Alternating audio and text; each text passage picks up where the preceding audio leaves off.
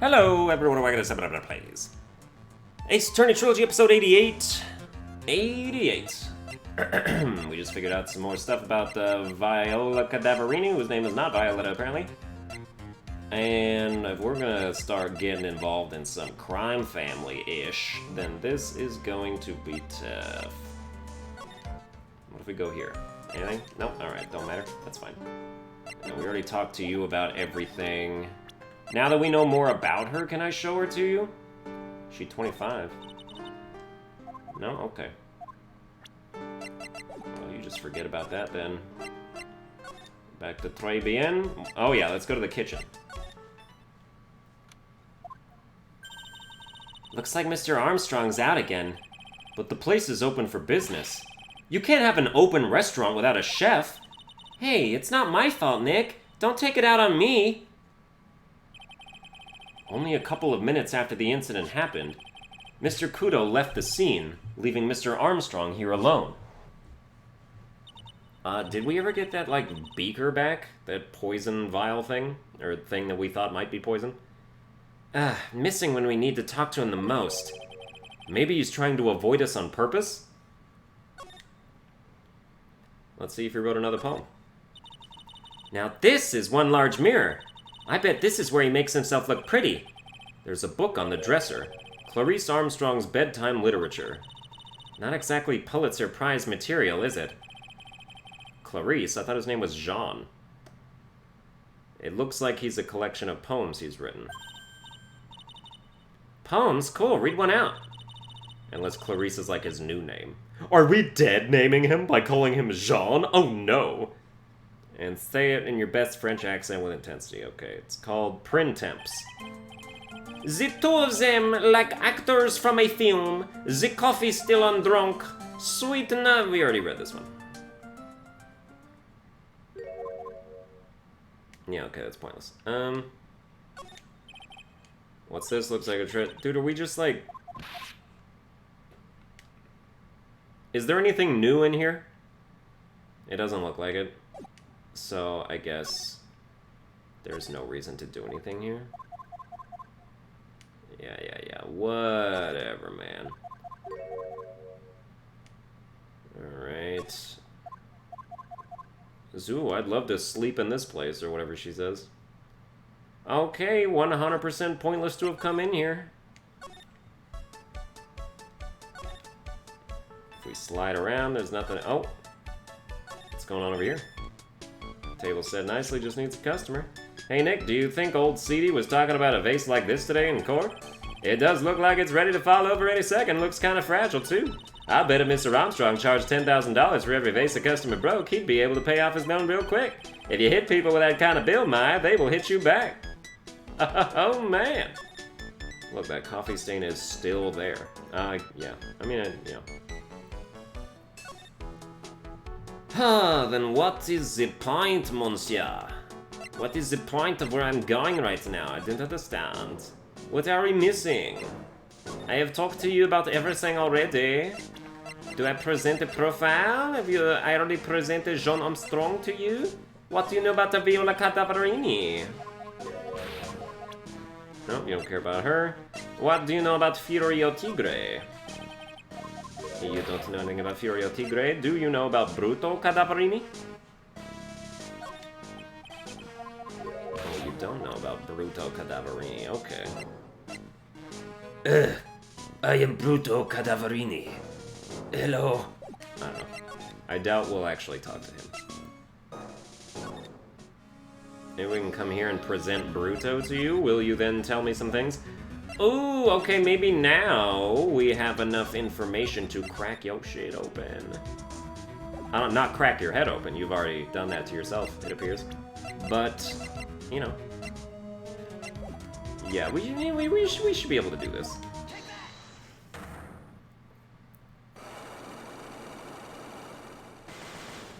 It's 4 now? I thought it was 3. You said that bandage around your head was from an operation? You also said you suffered a fatal injury to the head, correct? Yes, the operation was very difficult, apparently. Now, by fatal injury, you mean you were hurt very badly somehow, right? He. Did the injury in question have something to do with this? Oh, if she was on the scooter... Dude, I'm so dumb. Why would I assume that she was in the other car? She was on the back of the dude's scooter. Well? Donuts? Huh? I baked them myself. Homemade donuts. Have one. What's inside? Jam and... I'm sorry, but I didn't quite catch that. He. Thanks, but no thanks. I think I'll pass. Guess that was a flop. She has such a huge bandage around her head. There must be some piece of evidence that will prompt her to tell me what happened. You were hurt. Guess we don't have this, then? It's a lottery ticket. I mean, I feel like if we're messing up on the very first thing, then we are certainly not doing this properly. A Tigre to the Cadaverini family. Although the repair bill might do it. Aha! I have here a car repair bill, so she was in the car. From this, it seems pretty obvious that this car was involved in an accident. Let me see that. This bill is made out to the Cadaverinis? Yes, it is. I don't think I ever introduced myself. Tell me, what do the Cadaverinis have to do with me? Something tells me she's not about to say hi and introduce herself. Alright then. Your relationship with the Cadaverinis is very strong, and this is why. Do we do Bruto? Yes, sir. I know exactly who you are, Viola Cadaverini. You sustained that injury in a traffic accident, didn't you? It happened about 4 months ago. I was driving in one of our family's cars when someone pulled out in front of me. Aha! It was a motorbike, or something like that. I don't remember it much. Anyway, I swerved to try to avoid it, but...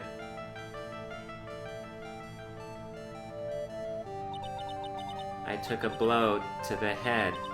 A bad one. Yeah, I can imagine. So what happened to the person on the bike? I'm guessing they didn't get away with injuring the Viola Cadaverini, right? I don't know what happened to them. They ran away, or so I heard. Ran away? If they'd stayed, I'd have... Is it possible? Could the person who committed the hit and run have been... It was this man, wasn't it? He was the cause of your accident. It wasn't Don Tigre. I refuse to believe it. Oh, she doesn't think it was him? We collided. The motorbike and my car. But Don Tigre isn't injured at all, is he? It was the tiger who caused Viola to crash. I can feel it. Plus, one of her locks just broke, so she must suspect it was him too. I'm sorry, Miss Cadaverini, but I have proof that the tiger was involved in a traffic accident on his bike. Okay, then we use the bike then. The wheel guard is all smashed up. It's not exactly a motorbike, but Mr. Tigre rides around on a scooter, doesn't he? And you'll notice that the front wheel guard is badly damaged. Miss Cadaverini, you know the truth, don't you? This repair bill was paid by Furio Tigre. The Cadaverinis have known for ages who caused the accident, haven't they? It's possible, perhaps. Somewhere inside me, I know that may be true. I knew it. But Don Tigre still saved my life. The operation was very complicated. It was very, very expensive. How much are we talking? Very, very, very expensive. Please don't say $500,000. She seems kind of hesitant about giving me an actual figure. I should back off.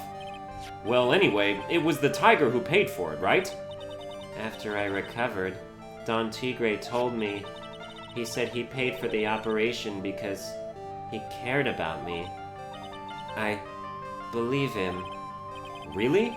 But do you honestly believe that to be true? Do you want to know what I think? I think the reason he paid for the operation wasn't because of you, but someone else. And that's gonna be... Bruto again, I assume.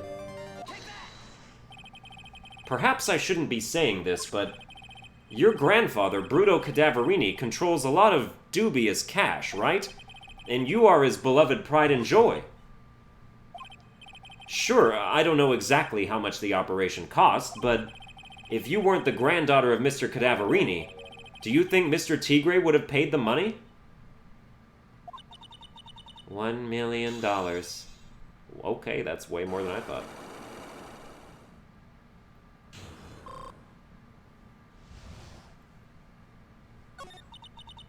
"4 months ago, I was in a traffic accident. That's why I needed the operation. When I woke up, they told me it was nothing serious. A simple procedure." "Oh, really?"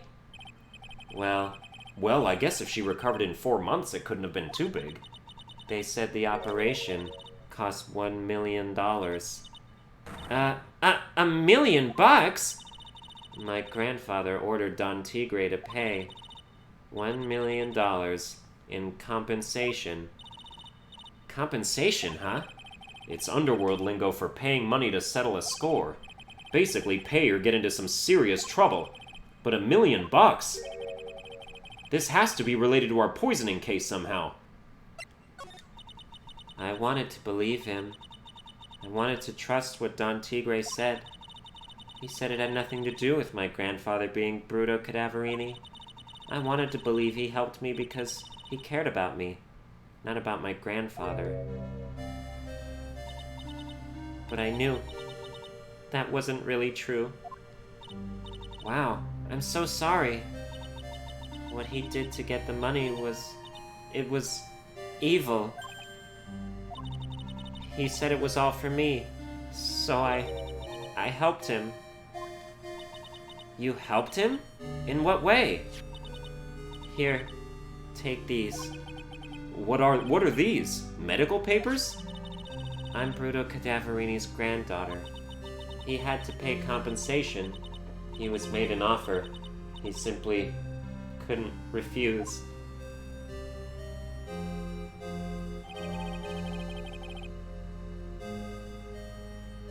$1 million bill for cranial surgery. Payment was due last year. Oh, so it still hasn't been paid? Wow, I feel so bad for Viola. It's inexcusable. Huh? There are two things that I consider inexcusable. Poisoning and betrayal. Only a coward would hurt people using either of these tactics. Ooh, poisoning is personal to Phoenix because of his, what's her name? What was her name? Dahlia? Dahlia Hawthorne, indeed. Is everything alright, Nick? We should get going. Right after we finish our espresso. Yeah. I won't need to convince Viola of anything else, so I guess I can get rid of this. Is it Viola or Viola? Alright, the repair bill was thrown in the trash, so we're not gonna need that in court either then?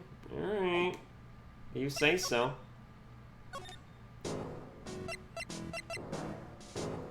What did we actually gain from that, though? Like, we didn't get any new... Oh yeah, that's right, we got the actual medical papers, of course. I wonder if we could show those to Tigre next time we see him. Perhaps we should go back to Très Bien and see if Armstrong's around? He is not. Okay.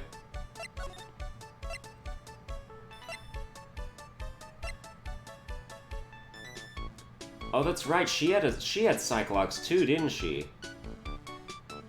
I don't know if we... Let's see. We've got sports paper, might be one. The lottery ticket will assuredly be one. As will the millionaire radio flyer. And probably his prescription bag. As well as Glenn's calendar. MC Bomber, indeed.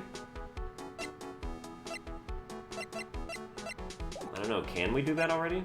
Let's try it. Let's go back here. Glenn's Troubles. I mean, they haven't told us to come back here yet, though. That's the thing. So before we do that...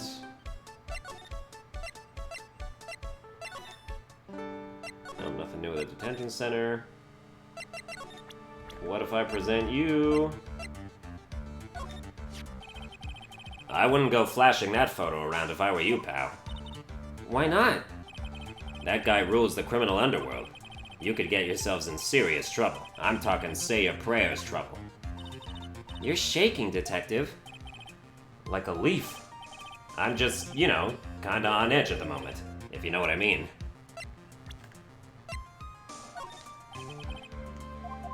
No, you don't know about the medical things? Alright. You don't know about the paper badge. You can't discuss anything connected to this case, you say. Okay. So you're done then.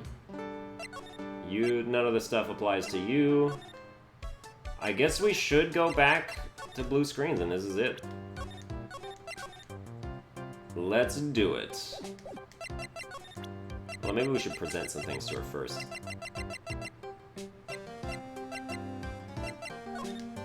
Would you mind taking it away? Okay, it's not anything.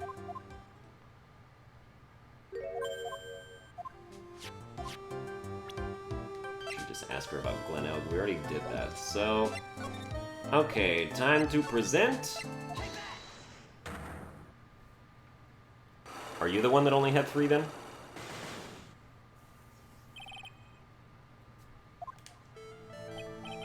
So how about you tell me what kind of trouble Mr. Elg was in? I'm sorry, sir, but we don't deal with troubleshooting here. Perhaps you'd like to speak to someone in customer service. What's she talking about? I guess I'd better just take a shot and see where it gets me. Miss Basil, let me ask you something. Did Mr. Elg's troubles have something to do with this?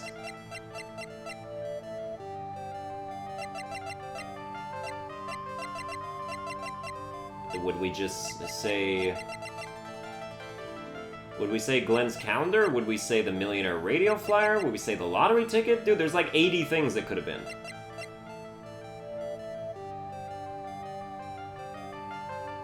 Maybe even the prescription bag. There's... Dude, it could be like any of these things. Okay, this'll work then. What is that? A lottery ticket. There were a ton of these on the victim's table at the scene of the crime.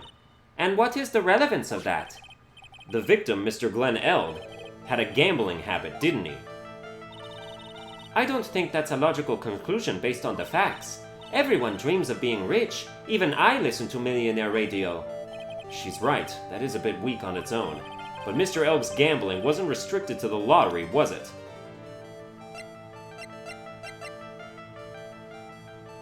Ooh, was it not?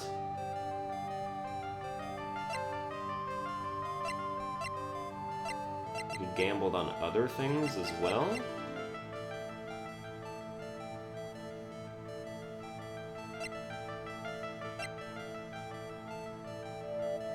Horse racing. That's why the calendar. What? Damn it.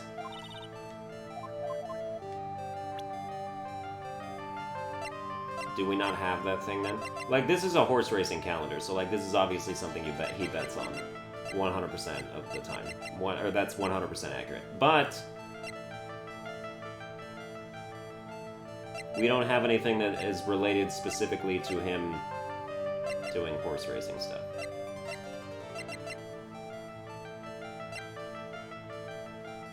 Except for this calendar, this really should do it. That really should, you know, like the horse racing, it's obvious. Okay, that doesn't matter. Sports paper, perhaps? Oh, come on. The horse racing stuff would have been in the sports paper, too.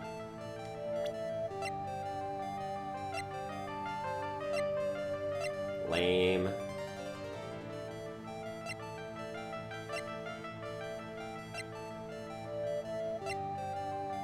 Photo, coffee cup, lottery ticket. Apron, cyanide, prescription bag, millionaire radio flyer. I mean, they already said millionaire radio, so, like, there's no way that this is also the thing. I'll try it. I didn't think so. Yeah, we're missing something.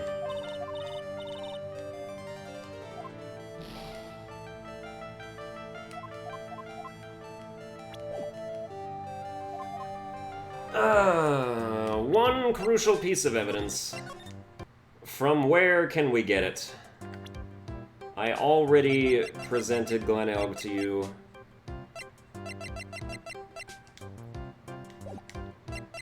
But we'll do it again just to be sure, I guess. About Mr. Elg, your top programmer say he was a genius, but yeah, you like gambling and stuff. Oh, but that's right. And then that became the, yeah, his troubles. Indeed. Do you happen to know who... the calendar? No, you don't know about the calendar.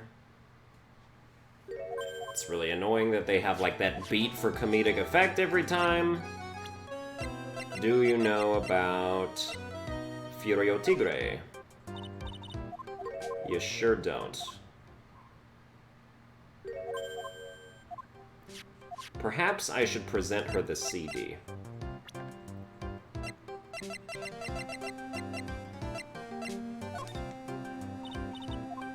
Unbelievable. Absolutely unbelievable. Maybe we should present Gumshoe with the CD. But it's like nobody knows that this is a disc for the virus. And that MC Bomber is a virus. I'm the only one that knows that because I am incredibly smart. So... I don't know, man. Like, what else could we have missed? We haven't found Jean Armstrong anywhere either. Maybe he would have something else? Would he even know who that dude is, though? Like, it's just a victim of opportunity?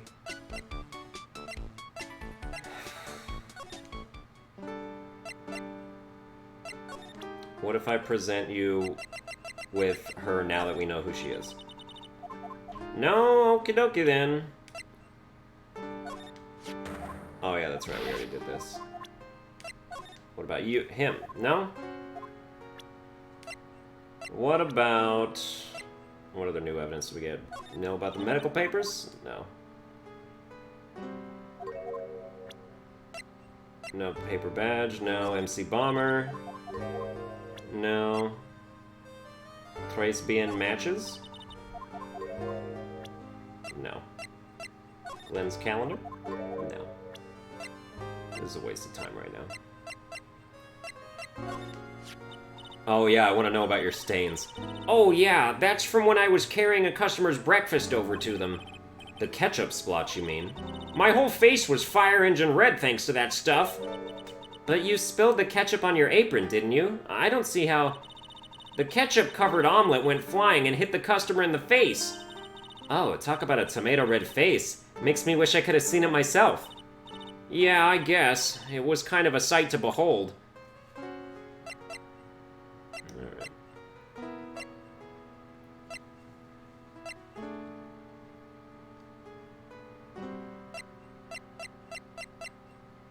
Maybe we should have presented that cyber lady with the autopsy report. This is tough, man. I'm kind of at a loss for what to do right now. I'm going to try this one more time. About this. What? I'm trying to concentrate on Maggie and this virus right now, so I... Ah! This is it! This stupid name! I remember now! Aha! I thought so. Here it comes. Don't just nod to yourself and keep me in the dark, Nick. What's going on? It's okay, Maya. You don't have to cry about it. The name's scribbled on that sports paper and written on that CD. That's the name of the virus. MC Bomber. What? Yeah, the virus that's just infected every computer in the station, pal. It's MC Bomber. Can you give us any more details, please? I told y'all. We already knew about the MC Bomber virus from a while back.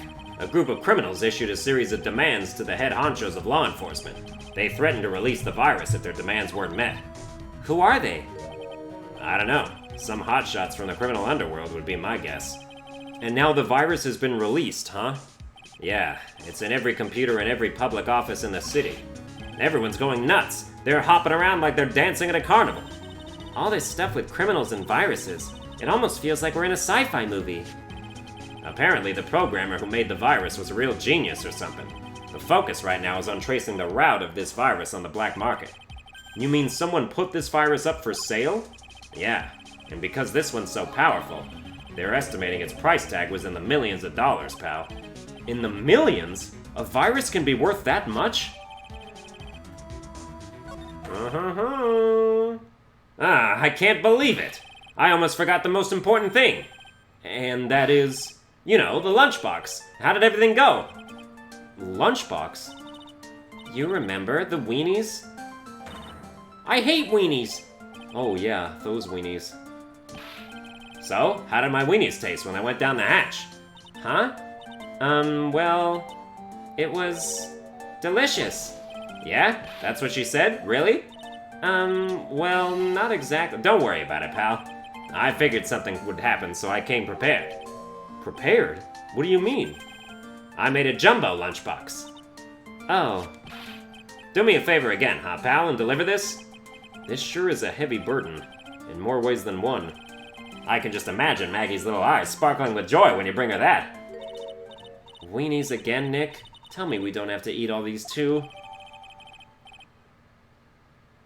Gumshoe's lunchbox given to Maya again.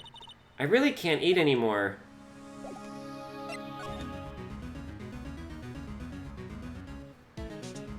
What was the thing that we were missing? No, we still didn't figure out anything else about his gambling, though. So that by itself wouldn't help. Do you know about Glenn's calendar? Ugh. Millionaire radio flyer. Apparently everyone's listening to the show now. It's because everyone wants money. They say that the victim, Glenn Elk, was really into gambling. Yep, you can't beat gambling. I love it too. I won $500 last night playing cards with Nick. Huh? We were playing for money? Of course, so you better pay up. You're a smart one, waiting for a cop to be present before asking for the cash. We never did find the contents of that bag.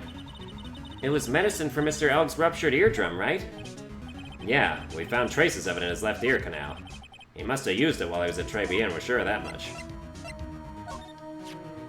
One-way ticket to happiness, huh? Glenn Elg died because of this ticket. Yeah, but it's still a one-way ticket to happiness, pal. And Maggie was found guilty of murder because of it, too. Looks like anything about Maggie is an instant conversation stopper.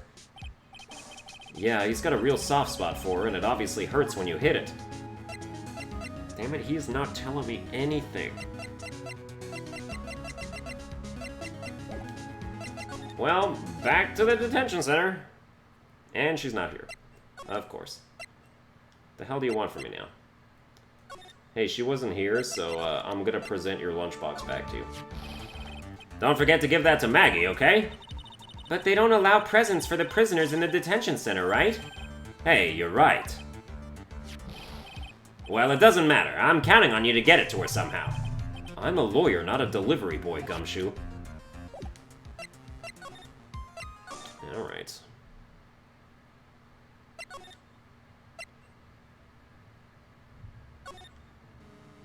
Why did I just come back here? I just came from there.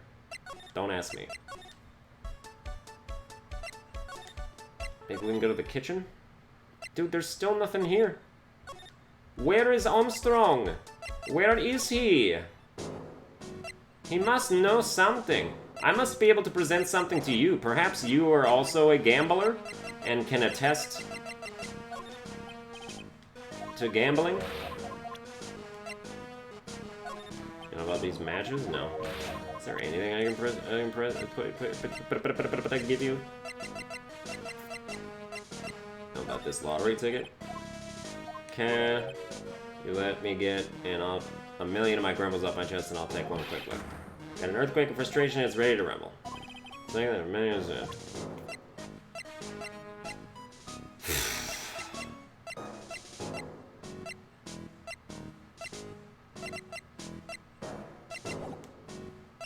I don't understand what I'm missing. Let's go back to Tender Lender. She's not here anymore.